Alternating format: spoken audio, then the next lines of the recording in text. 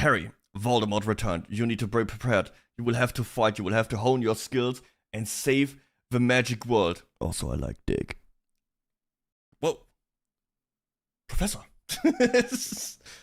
You don't like that? Hell yeah. Harry Potter, here we go again. The Harry Potter series and I have a complex relationship. The books kind of passed me by in the 90s because angsty teenage drinker was more into serious, pretentious fantasy at the time, so I never really fell in love with. I mean, he's a little bit older, right? So he wouldn't be the main target audience when these books came out, right? These are aimed at children. He was probably like a teenager already when they came out. I only read like one book. I think I read the Phoenix. What is it called? Order of the Phoenix? I read that one. With them and when I watched the movie, and I didn't like the movie because the book was better. Grew up with Harry, Ron, and Hermione like so many other people did. Likewise, when the movies came out in the early 2000s, I didn't have any context for whether they were faithful adaptations or not, and I'll be honest. Okay, I will pause a lot. You know me, right? When I react, I wanna talk. I did watch these movies like 2 or 3 times. So I wouldn't say I'm the biggest Harry Potter fan, but whenever, like, in Germany, when there's, like, the end of the year, it's, like, winter, these movies run up and down. Like, you have Lord of the Rings all the time, you got Harry Potter and all that stuff.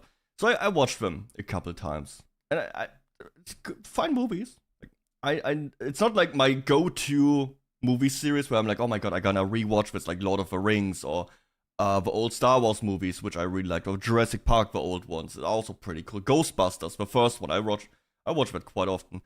But Harry Potter was never there, but it's like something where I can say, man, I get why people are so invested into it. I get it. Like, just the set design and everything in these movies is just very, like, super immersive. Here, and here, it has this, like, lit up, bright, like, whimsical feeling to it. Like a fantasy story. It is a fantasy story, but you know what I mean, right? A whimsical fantasy story. And it's also, it looks like it too. Goofy, family-friendly tone of the early films didn't do much to win me over. I didn't hate them or anything, they just weren't really my cup of tea. So I was happy to let the fans get on with it. But I was always kind of curious, because nothing achieves that level of cultural impact without something pretty fucking special to back it up. So, a couple of years ago, I girded my loins, grew my beard, and finally made the time to read the books and find out what all the fuss was about. And damn man, I believe that I finally understood the appeal of Harry Potter. Yeah, J.K. Rowling's absolute abuse of adverbs in her writing can be tough to get through at times. Watch out, Harry, Hermione shouted warningly. I'm telling you man, once you see it, you can never unsee it. But overall, the series was an impressive. I mean, wasn't this also like her first book? Or like, she wasn't a writer before, right? She just wrote this for her children or something like that. On like, she started writing it on napkins. I think I saw a couple of like behind the scenes stuff. She's not she wasn't a professional writer when she started this. That's what I know. A feat of imagination, and in a way, it did make me appreciate the movies from a whole new perspective. Man, I hate that guy. Just how much depth, world building, and complexity they had to cut and condense to fit some pretty fucking enormous books into a 2-hour narrative. What I'm trying to say with all this push is that I greeted the announcement of a new Harry Potter TV series on HBO with about the same level of enthusiasm I'd welcome the installation of a new toilet seat. I mean, it is an improvement, I guess, but is it really going to do anything revolutionary? Man, look at this. Look at the sets. Look at that. I don't even know why they rebooted, to be completely honest. I guess I'm not a book fan, so I'm not sitting here like, oh my god, these movies are so bad, they ruined everything. Ron would have said something completely different and he would look to the left, not to the right during that frame. I don't know. I have no clue. I have nothing to compare it to, but I think like the movies are pretty good. Also, all the actors are pretty good. The music is probably the best part about it. Like the music for Harry Potter is amazing. You can just hear like 1 second. Someone just call me? No. You can listen to it for like 1 second, and you instantly know that it's Harry Potter. It just went beam, beam, beam. You just it is so recognizable. Like, everything about these movies is so recognizable. And I saw the trailer for the series. We can watch that afterwards. It doesn't really look like fun. gonna do anything revolutionary? Oh, this is the best shite I've done in years. Hell yeah. On the plus side, all the extra runtime offers the chance to expand on stuff from the novels. This guy. I like the villains in Harry Potter because they are evil.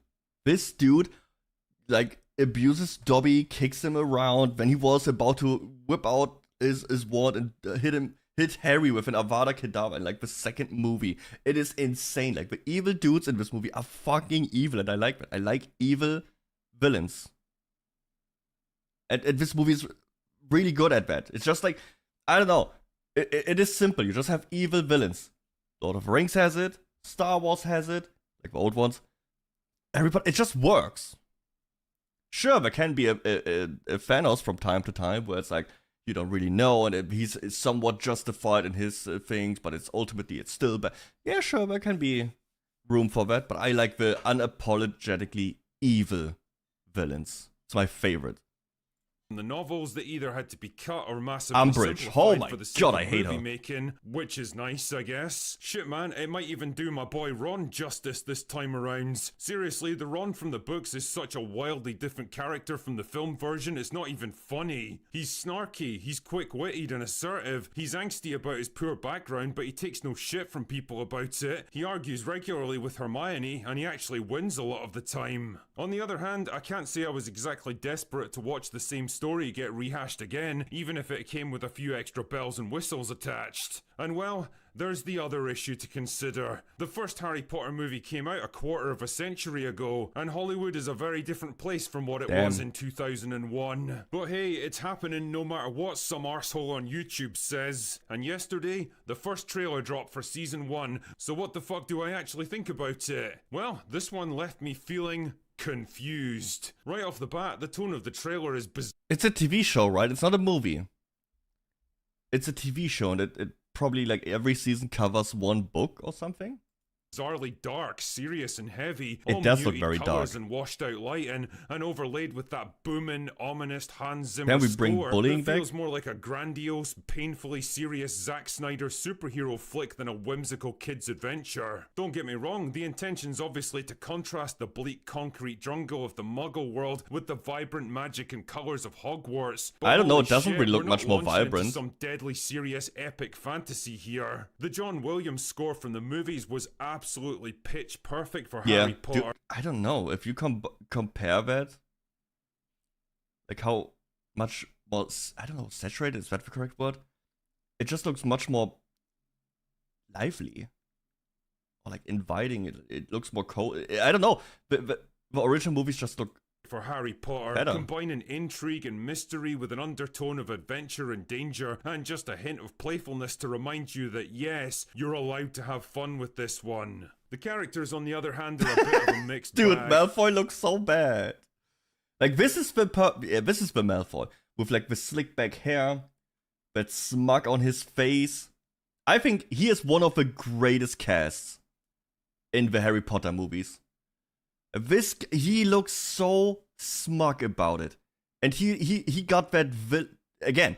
The Harry Potter villains, they are all spot on. Look at this fuck's face. Look at him. The characters on And look at this guy. He looks like he's trying to be a streamer or something.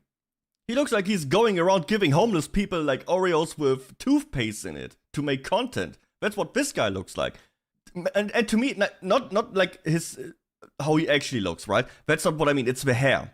It is the hair. He got that stupid haircut. Malfoy with that slick back hair, perfect, right? Like smooth, slick back villain style. That it was perfect. I don't know why they did this. I don't get it.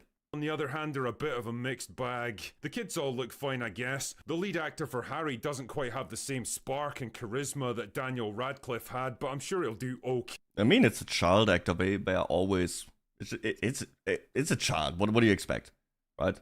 He looks close enough to what Harry Potter looks like. I guess. Hermione is kind of meh. She doesn't have the bushy hair or the buck teeth or the pale. I don't know. I think yeah.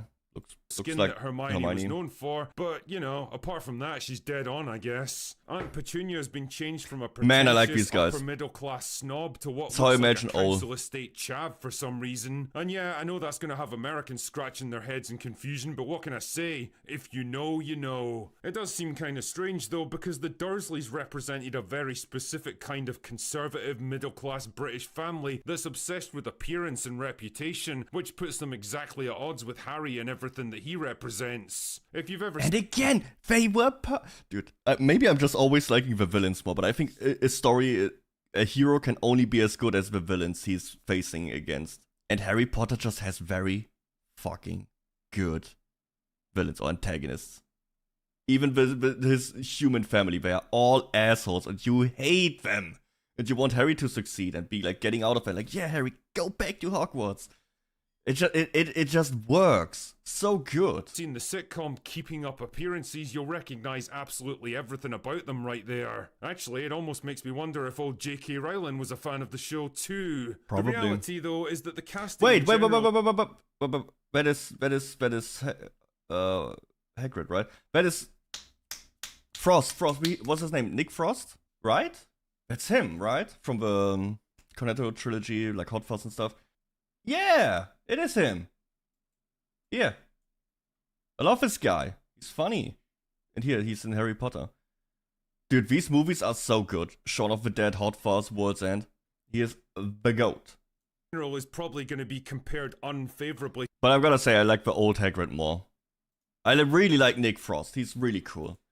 But Hagrid... I don't know, man. This guy...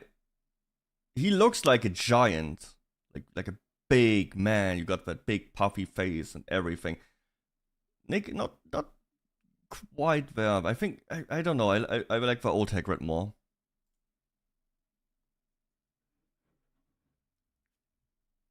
Look, he looks like big and intimidating, but he's also has like this warm smile and like looks like a nice guy. And it's yeah, I know the actor passed away, right?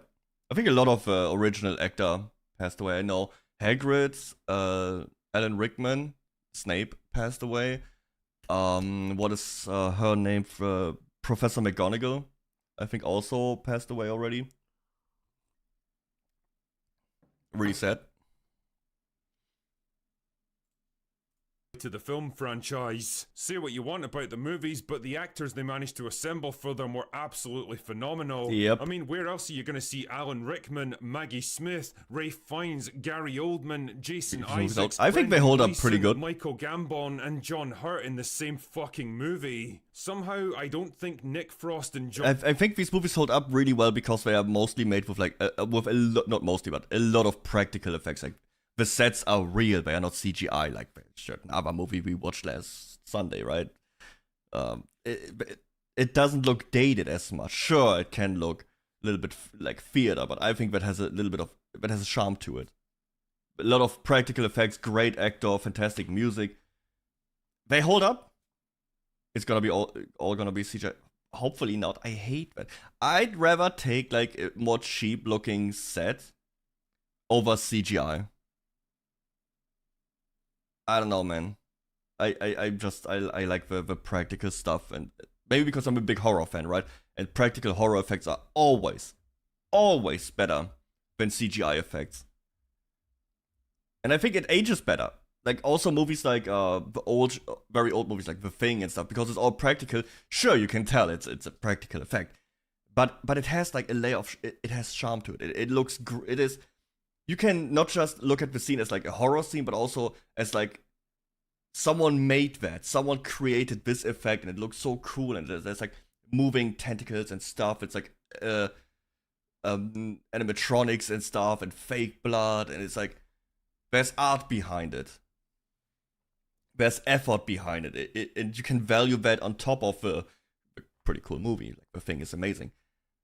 And I think CGI is just, you just see it age and it gets worse and worse. Which, no, not really, because I think CGI peaked. I think like one of the best CGI, like the best looking CGI is like the first Transformers. It looks pretty fucking good. Pirates of the Caribbean 3. That one. Yeah. When did all these movies came out? Like 10 years ago? Like the first Iron Man, like the first Avengers, not Avengers, that one looks like a TV show. Like the first Marvel movies. Around that time, CGI peaked. After that, since then it just went, it goes downhill. I don't know, man. I feel like CGI peaked and now it's just not good anymore. Of course, dude, just look up how Ian McKellen had a breakdown filming with green screen at The Hobbit. Dude. I never really had a big problem with The Hobbit movies, but yeah, they are too drawn out.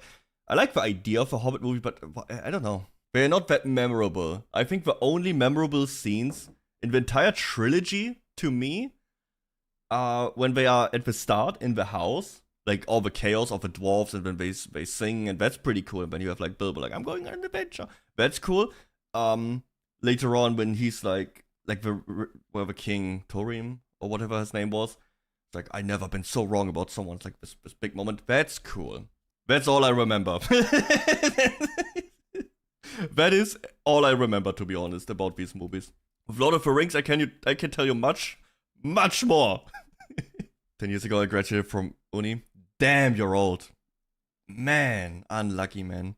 How old were you when Harry Potter came out? Like 5 or something? It's like, man, look at this magic stuff. Oh, so cool. You know, you're old and jaded and you hate everything and you watch gore movies and horror movies just to feel something, but you just chase the pink dragon that you chased as a kid when you first got scared of a movie.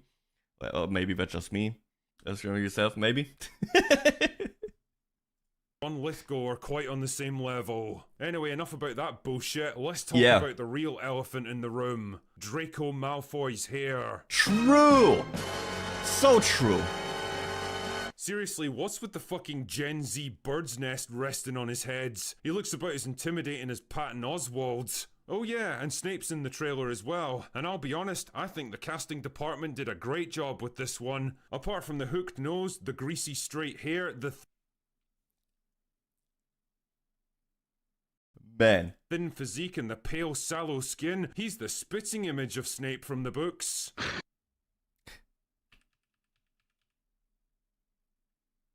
There's a zipper down here, and there's a zipper up here. How does this work? How does this jacket work? Well, yeah, obviously, I don't know, man.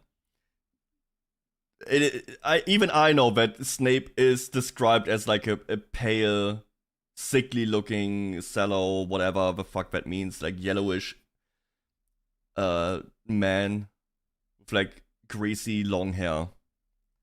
It just works. Dude, this makes no sense. Is it magic? Dude, tell me, is he opening and closing the jacket with magic?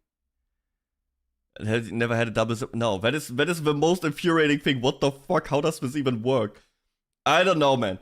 I think that's a miscast. This guy could be a great actor. I don't know. I don't know him. I would have to look at what he made. Maybe I watched something. I don't even want to say anything about that. But I always think it's weird when you have characters that are clearly described as something and illustrated, because there are J.K. Rowling's illustrations, and then you go against, like, you just swap it out. Like, what do you expect to happen when you try to tell them, we will make a TV show, and we will make it as accurate to the books as possible, and more than the movies, we will make everything right we did wrong in the movies, and blah, blah, blah. And then you make a clear miscast, right? I don't get it. Like, why? And it's like, you could swap out like any other characters, but why do you do it with characters that are clearly described, right? That's like what is so confusing to me. It's like, why do you pick this character? Everybody knows how he is supposed to look. I don't get it. This is a lose-lose for everyone. The fans don't get the accurate book depiction. The guy gets hate on. The studio probably gets shit on and maybe loses money. Who knows? I don't know. It's a lose-lose situation. I don't get it. Why they keep doing it. Image of Snape from the books. Really? Joking aside, race swapping such a prominent character that was clearly described as white in the books and was played to absolute perfection by Alan Rickman. Uh-oh. Guys. You chud, chuddy, chud, chud, biggest chud, sometimes a little bit lean woke, but chud, Mr. Chudhead, chudai chud. Sometimes. What's up, fool? No! The woke left found me, guys! No! I need to... Hide!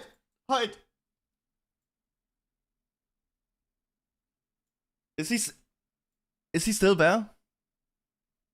They found me. They found me. How's it going, fool? In the movies was a pretty dumb decision because ultimately it's just going to overshadow everything else about this show. It's basically the only thing that anyone's talking about right now, and based on the ratio on that first trailer, the top. Hey, that's not too bad. I mean, it still got like 223,000. I mean, yeah, that's a lot of dislikes, yeah. But it's not catastrophic. 3.5. Positive. Why do you take a bath so long? Holy shit. It's also exposing the actor to a lot of hate that he absolutely doesn't deserve. And hey, that's what I said. What does all that's what I said. All this accomplish, really? Is it going to improve the show? Will it get more people to watch it? Or does it just become a convenient shield to hide behind so you can dismiss any and all criticism, no matter how valid? It also, like, Harry Potter has long reached its market saturation. You don't really get new people into Harry Potter that much. Sure, maybe some kids. But for the most part, this franchise is so gigantic. I don't think it either stable or going down. There's no way it's growing. Like, everybody already knows about Harry Potter. Or well-intentioned as nothing more than ignorant bigotry. There's a reason most fans let out a collective groan these days every time a new remake or reboot of an old franchise gets announced. It's because the culture that allowed the original versions to get made the way they were just does not exist anymore. And what we get instead tends to be Dude, this is a banger shot. Look at this.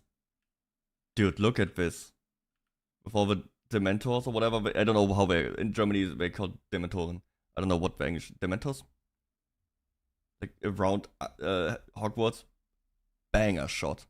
It tends to be a lazy, pandering, badly written facsimile of it. We've seen it in just about every other IP that ever got treated to a modern remake, and it would be a real shame if we saw it again here. Anyway, that's all I've got for today. Go away now. Yeah, I don't know, man. I really don't know why they made this. But anyway, I don't know. Man. The first Fantastic Beast movie was pretty okay. Every Fantastic Beast movie afterwards was shit. They were not good. Yeah, I don't know why they remake this one. Money is most likely the answer. It's always the answer. It's money. Gay Dumbledores I don't give a fuck about gay Dumbledore. I don't care what sexuality these characters have. It is so not important to me. Fresh D. Yeah, he gets that fresh D. God damn it. It's irrelevant, man. It doesn't add to the story. Harry, Voldemort returned. You need to be prepared. You will have to fight. You will have to hone your skills and save the magic world. Also, I like Dick. Whoa. Professor. You don't like that? Hell yeah. I don't know. To me, it doesn't add anything to the story. I don't care. I really don't. Will I watch the show? Probably not. I'm really not the biggest Harry Potter fan. I might watch it if there's enough outrage and people are like, oh my god, this is shit, oh, this is great. I will probably, maybe like the first episode and see how it is. I will critique it. Ooh. But the other thing is, Harry Potter is just a minefield. You have like people so incredibly emotional about this franchise, it's insane. You know, all the people who are like super against this, hate it and want to boycott it. It's like the Japanese soldier who keeps fighting for 30 years. You won't win. Dude, there was so much backlash, and, or like, call it so much, but the backlash when the game came out, the Hogwarts Legacy, right? It still sold like 30 or 40 million copies. It is one of the most selling, or highest selling, fastest selling. It broke like 15 million records when it came out. Crazy. Boycott didn't do shit. And even years later, even today, people still get attacked for playing that game. And people keep shitting on J.K. Rowling. And this bad, bad, or bad person, turf, blah, blah, blah. It keeps going. And look, they still make another show.